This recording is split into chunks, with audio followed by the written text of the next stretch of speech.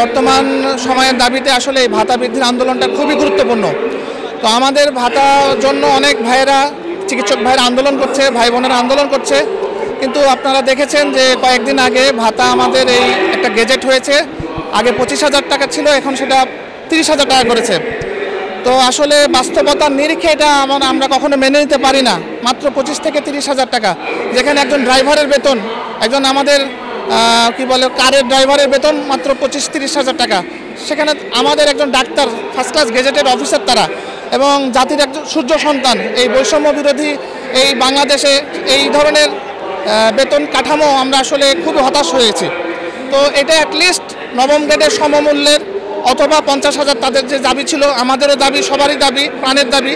তো এই দাবিটা আমার মনে হয় সরকারের পূরণ করা উচিত ছিল। বৈষম্য বিরোধী চিকিৎসক ফোরামের পক্ষ থেকে আমরা এই ধরনের যে স্যালারি কাঠামো, এটা আমরা সম্পূর্ণরূপে প্রত্যাখ্যান করছি এবং সরকারের কাছে জোর দাবি জানাচ্ছি এটা যাতে অন্তত ন্যূনতম নবম গ্রেডের সমমানের অথবা 50,000-এর কাছাকাছি আমরা করতে পারি, করে তারা, সেজন্য জোরালো আবেদন জানাচ্ছি তাদের কাছে। একটা ডাক্তার সে কেন তার চিকিৎসা কর্মস্থল সেরে রাস্তায় নামবে? তার মানে তার দেওয়ালে পিঠ থেকে গেলেই তো তারা এই কাজটা করে। প্রত্যেকটা একটা বাজেটে আমরা জানি, আমরা বছরের বছর বিভিন্ন রাজনৈতিক সরকার আসে, তখন আমরা যে জিনিসটা অ্যানালাইসিস হয় যে স্বাস্থ্য শিক্ষা খাতে কিন্তু প্রচুর বরাদ্দ থাকে।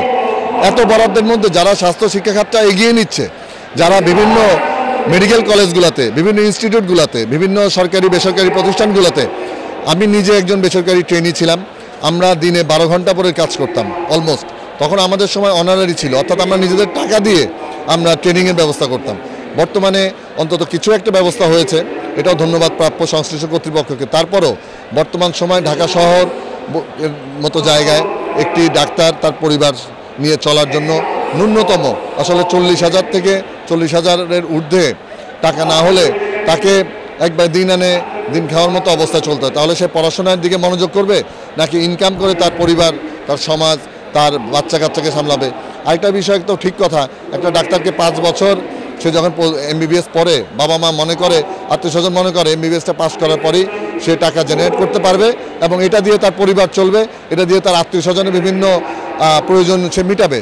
অথচ অবস্থানটা এমন থাকে তাকে আবার পোস্ট গ্রাজুয়েশনে ঢুকতে হয়। তার অবস্থানটা তখন এত খারাপ অবস্থা হয়ে যায়, সে মানসিকভাবে শারীরিকভাবে পরিশ্রম থেকে প্রতিনিয়ত ডিপ্রেশনের দিকে চলে যায় এবং ডাক্তারি পেশার প্রতি তার একটা অনীহা তৈরি হয়ে যায়। এই অনীহাটা তার কিন্তু এই সময় সবচেয়ে বেশি দরকার ছিল সর্বোচ্চ মনোযোগ দিয়ে মানুষের সেবা করার মত নিয়ে তাকে পড়াশোনায়, একই সাথে তার ইনস্টিটিউটগুলোতে রুগী দেখা। কিন্তু সে যদি ডিপ্রেশনে থাকে একটি ডাক্তার, তাহলে কিন্তু এই জিনিসটা হয়ে ওঠে না। একটা ডাক্তার তো যখন সে ট্রেনিরত থাকে তখন তার পরিবার থাকে, বাবা মা থাকে, ভাই বোন থাকে, সন্তান থাকে। তাকে সুন্দরভাবে চলার জন্য যে পরিমাণ ভাতা দেওয়া দরকার, আশেপাশের যে দেশগুলো আছে তাদের সাথে সামঞ্জস্য করে তাদেরকে অবশ্যই একটা ভালো মানের ভাতা দিতে হবে। সেটা আমি কোনো টাকার পরিমাণ ফিক্সড করছি না, যেটা প্রয়োজন ন্যূনতম পরিমাণ সুন্দরভাবে চলার জন্য ভাতাটা তাদের দিতে হবে। এক্ষেত্রে অনেকে নবম গ্রেডের যে বেতন কাঠামো সেটা দাবি করছেন, আমি সেটার সাথেও একমত। কারণ সরকার তাদেরকে যখন দিবে এটার রিটার্নটা অবশ্যই সরকার ফিরে পাবে। আজকে থেকে 10 বছর পরে যাদেরকে আজকে আমরা ভালোভাবে অ্যালাউন্সটা দিব, তারা যখন বিশেষজ্ঞ হয়ে আমাদের দেশের স্বাস্থ্য ব্যবস্থায় যখন নিয়োজিত হবে তখন কিন্তু তার রিটার্নটা আমরা পাবো। কিন্তু আজকে যদি তাদেরকে আমরা আজকে ভাতা ঠিকমতো না দেই, তারা যদি সুন্দরভাবে চলতে না পারে, তাহলে তারা একটা অপুষ্ট ডাক্তার তৈরি হবে। এই অপুষ্ট ডাক্তার দিয়ে একটা ভালো স্বাস্থ্য কাঠামো তৈরি করা সম্ভব না। বর্তমান সময়ে আমাদের সবচেয়ে দাবিগুলোর মধ্যে অন্যতম দাবি হলো আমাদের পোস্ট গ্রাজুয়েশন ট্রেনিদের ভাতা বৃদ্ধির যে বিষয়টা। আমাদের এখন মাত্র 25,000 টাকা দেওয়া, যেটা একটা রিক্সাওয়ালার মাসিক ইনকামের চাইতেও অনেক কম। আর 25,000 টাকা তো 25,000 টাকা থেকে মাত্র 5,000 টাকা বাড়াইছে। এই 5,000 টাকার দ্রব্যমূল্যের যে বাজার, এই 5,000-এ কিচ্ছু হয় না। আমাদের দাবি সেটা যেন সর্বনিম্ন 50,000 টাকা করা হয় এবং নবম গ্রেডের সাথে মিলিয়ে প্রতি 5 বছর পর বা গভর্নমেন্টের সুবিধা অনুযায়ী কথাবার্তা বলে যে একটা 2 বছর বা 5 বছর পর ন্যূনতম যেন একটা ভাতা বৃদ্ধিকরণ করা হয়।